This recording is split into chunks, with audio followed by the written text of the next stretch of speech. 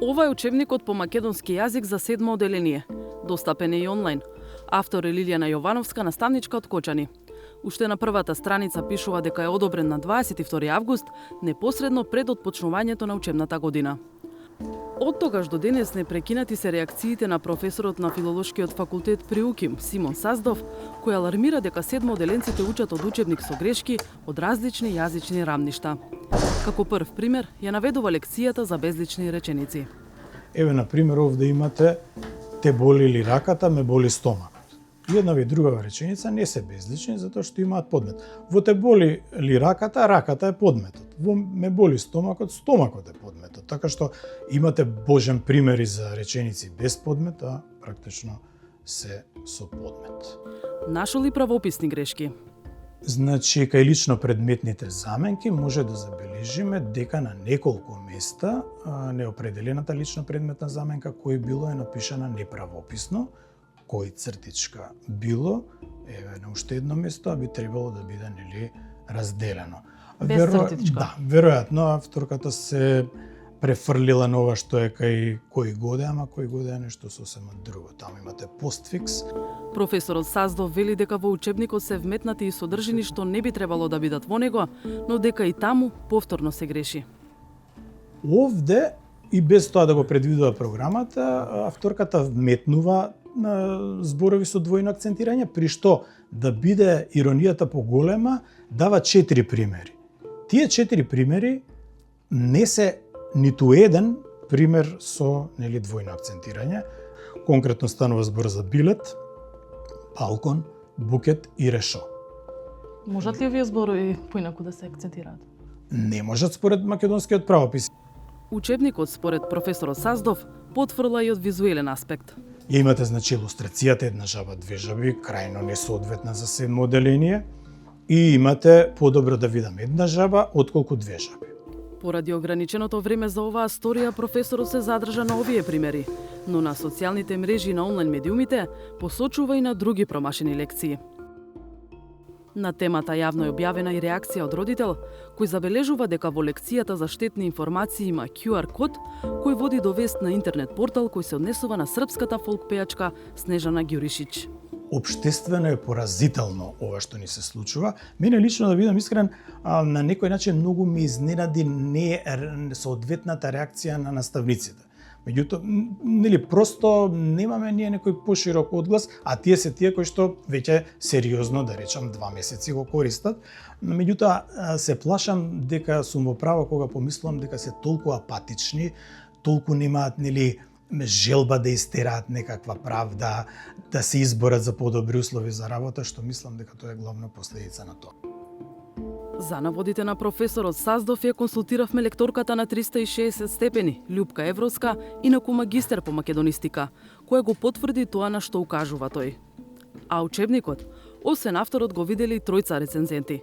Наведени се и уредник и лектор и со таква содржина испечатен во тираж од 14.000 примероци кои ги користат седмооделенците.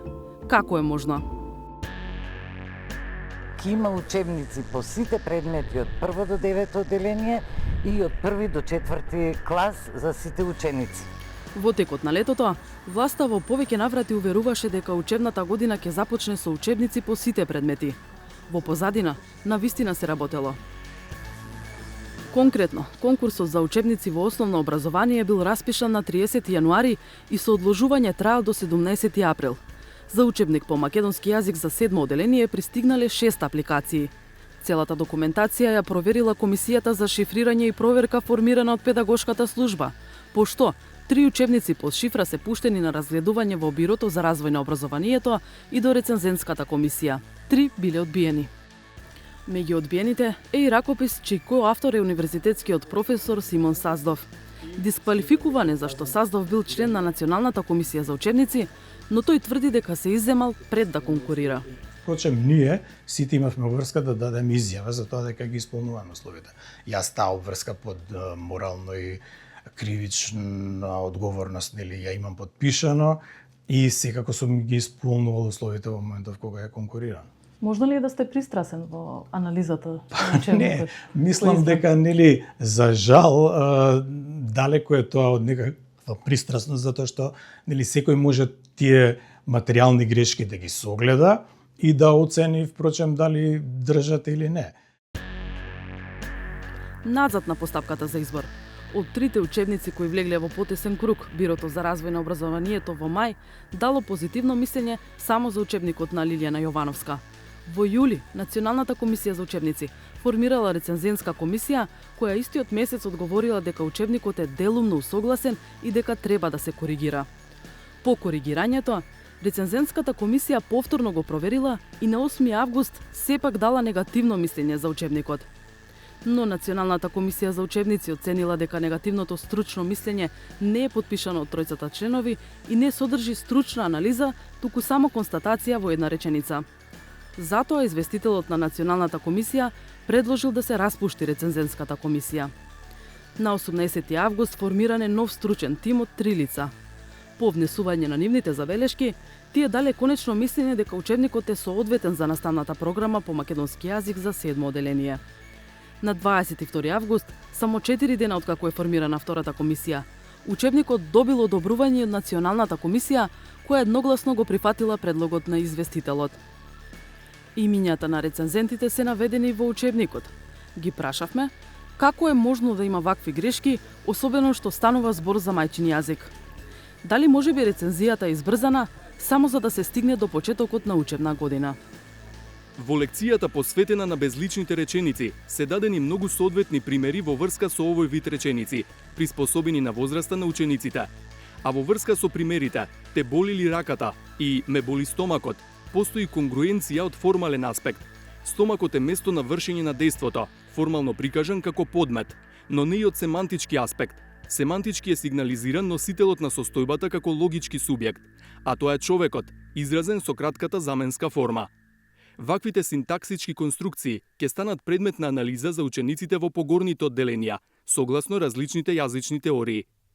Што се однесува на лично предметната заменка "кој било", сметаме дека станува збор за техничка грешка, превид, бидејќи на сите други места низ ракописот е напишана правилно.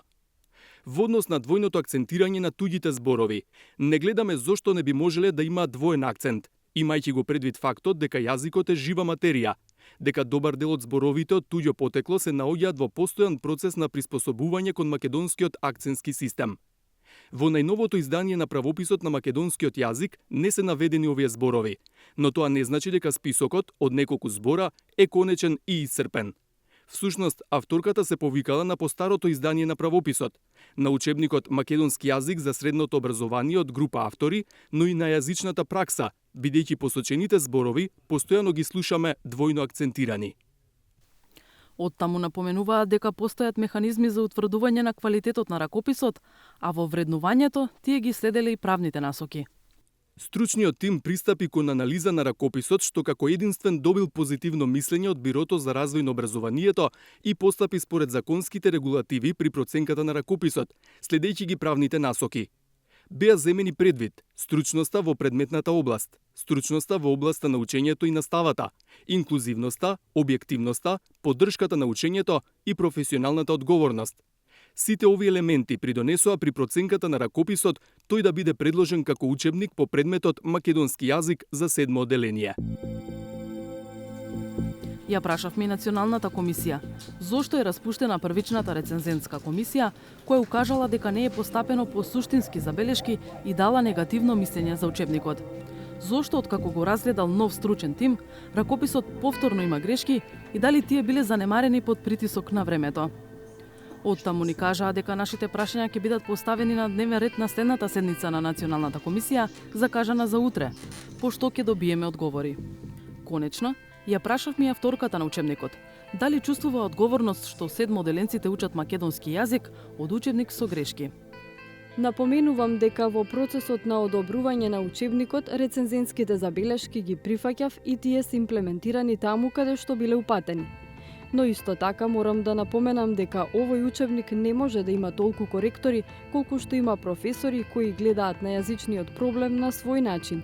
Доколку е потребно и биде побарано образложение од релевантните институции, можам аргументирано да потврдам се што е наведено во учебникот. Се што е напишано во учебникот има свој извор од книги чии автори се универзитетски професори. И таа вели дека грешката за кој било е техничка, како и дека двојно акцентирање со конкретните примери е присутно во сите граматики кои се користат, а кои таа како авторка ги консултирала. Жалам што дел од коментарите на социјалните мрежи се темелат на погрешни интерпретации и вадење реченици од контекст. Учебникот е усогласен со наставната програма за 7 одделение и е напишан на современ начин и со соодветен приод во согласност со интересите на учениците. Во досегашната моја кариера сум имала над 1000 седмоодделенци. Оттаму сметам дека знам како да им пристапам во презентацијата на содржините кои треба да бидат научени во согласност со програмата. Дали чувствувам одговорност? Секако да. Инаку немаше да седнам да пишувам учебник, ниту пак ке сакав денес нешто да кажам. И за се може да дискутираме, но без да се навредуваме. Од Бирото за развој на образованието велат дека дале позитивно мислење за учебникот, од и нивната задача била да оценат дали тој е во корелација со програмата. Директорката Милка Тримчевска вели дека досега не добиле никаква официјална реакција за конкретниот учебник. Сепак, по наше укажување, таа разгледа дел од грешките на кои укажува професорот Саздов.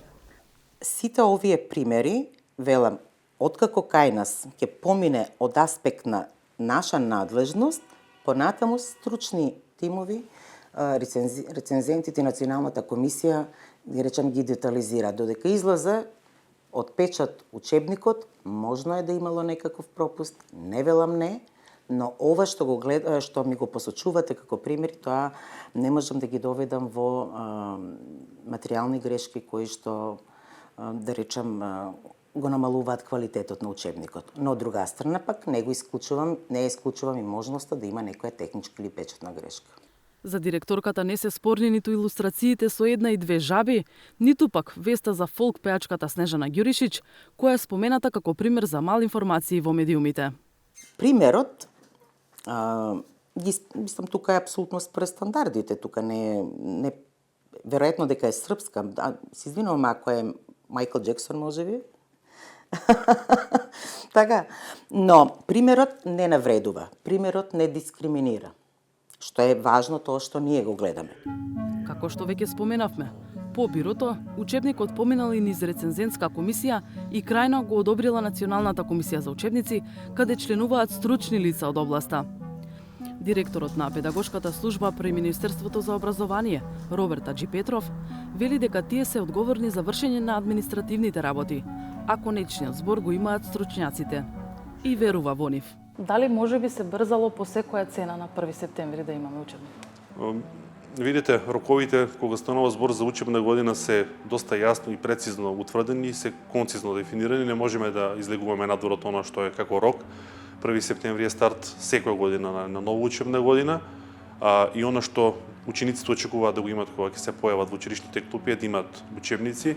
Но сепак тој треба и да е квалитетен. Точно, да. Министерството за образование и наука е посветено на тоа да ги исполни своите обврски, да ги учебниците достави. Во цело се согласувам дека е потребно и тие да бидат квалитетни. Затоа и законот предвидува, освен можност за одобрување, предвидува и можност за неодобрување на учебници. Така да, имаме и такви одлуки донесено. Не би именувал сега кои конкретно Мислите предмети, дека но имаме и такви конкретниот одлуки. учебник е квалитетен? Сметам дека јавноста и оние кои што се стручни во областа на македонскиот јазик и литературата ќе го утврдат тоа и доколку утврдат дека има сериозни пропусти, законот предвидува и можност да истиот учебник биде и повлечен, што би се случило доколку грешките во него се доволно аргументирани и доволно издржни за да истиот биде повлечен. Аџи Петров вели дека ги прибираат сите информации. Доколку има соодветни забелешки, МОН може да формира стручни комисии кои ќе проверат дали навистина постои пропуст и ако постои, дали учебникот треба да се повлече.